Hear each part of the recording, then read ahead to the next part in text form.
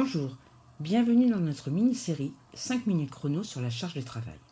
Ce 4e épisode présente le témoignage d'Emmanuel Dussigne, responsable du centre APEC de Vincennes. Retrouvons Mélanie Notte, chargée de prévention à Harmonie Mutuelle, et Nicolas Ménard, chargé de mission à l'Agence régionale pour l'amélioration des conditions de travail, Centre Val-de-Loire. Bonjour Emmanuel. Bonjour Nicolas.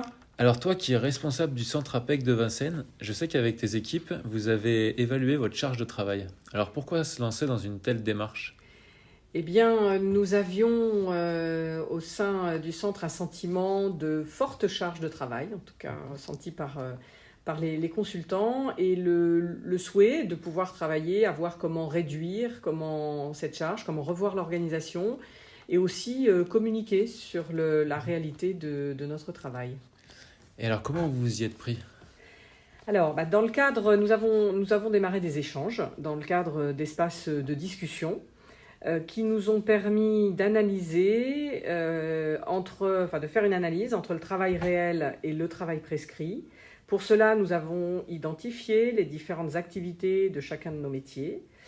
Nous nous sommes appuyés sur des tableaux d'analyse du travail, tableaux assez complexes d'ailleurs, que nous pourrions certainement simplifier pour justement nous simplifier la tâche.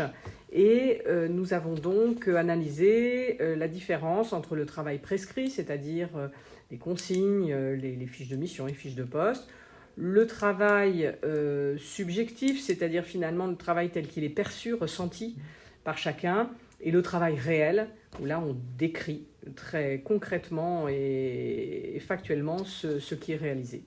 D'accord. Et quels ont été les effets alors de cette démarche ? Alors, il y a eu différents effets.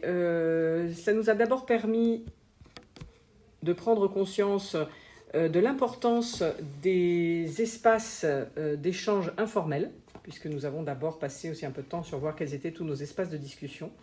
Et finalement, au-delà des réunions, au-delà des échanges de pratiques et des points métiers, nous nous sommes rendus compte que voilà, le couloir, la machine à café étaient des points vraiment importants pour chacun pour avancer dans son métier.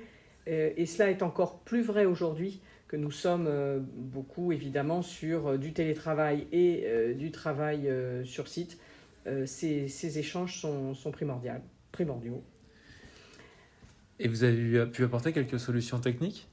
Autre effet, la méthode d'animation des espaces de discussion, qui était bien cadrée, nous a permis d'être sur du factuel plus que sur des listes de revendications, qui pourraient être un risque lorsque l'on parle de la charge de travail.